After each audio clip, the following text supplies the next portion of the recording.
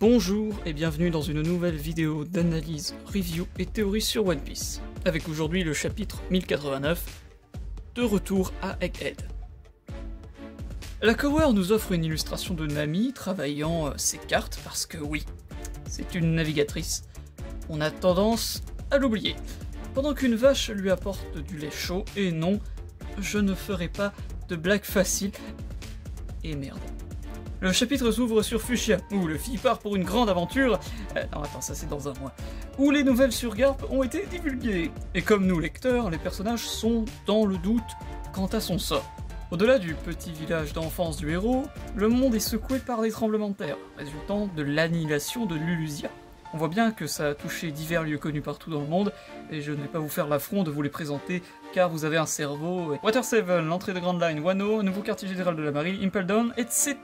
Mais les enjeux planétaires sont plus pour ce qui se présente. TG, ça veut dire quelque chose. C'est une montée des eaux un peu partout, supprimant donc certains rivages. Bref, on revient sur Egghead pour des révélations sympas sur Kizaru. Un léger flashback où l'on voit le doc étudier ses lasers pour les pacifistas, mais aussi, et surtout, on voit qu'il est bien plus jeune et que Santomaru semble l'admirer, ça me rappelle quelque chose. Bref, on rappelle que Vegapunk va crever pour ses recherches sur le siècle oublié et que Kizaru exécute les ordres, comme d'habitude, montrant bien que la relation passée ne change rien à ses fonctions actuelles en tant qu'amiral. Saturne a mis au jus de certains éléments, mais ce qui nous intéresse, c'est que le gouvernement est au courant que les journaux sont fake, et c'est un détail dont on était sûr, mais moi j'aime bien ce détail.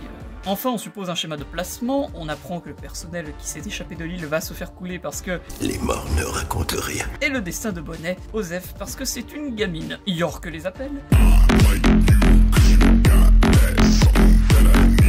La mécanophilie. Et tiens, c'est marrant, c'est comme si elle avait des blessures sur la tronche, c'est marrant. Enfin, elle repose les conditions et dit qu'elle a la situation sous son contrôle. Et on apprend que le Mother Flame ne peut être reproduit en dehors de l'île pour le moment. Donc le gouvernement n'en possède pas d'autres. Et c'est un enjeu intéressant, parce que le gouvernement n'a pas d'autres moyens de pression pour éradiquer de la surface d'autres nations. En gros, on retrouve toute la bande, même si on la voit pas au complet, neutralisant York, étant désormais au jus du complot du gouvernement. Non, pas celui-là. Voilà concernant le doc.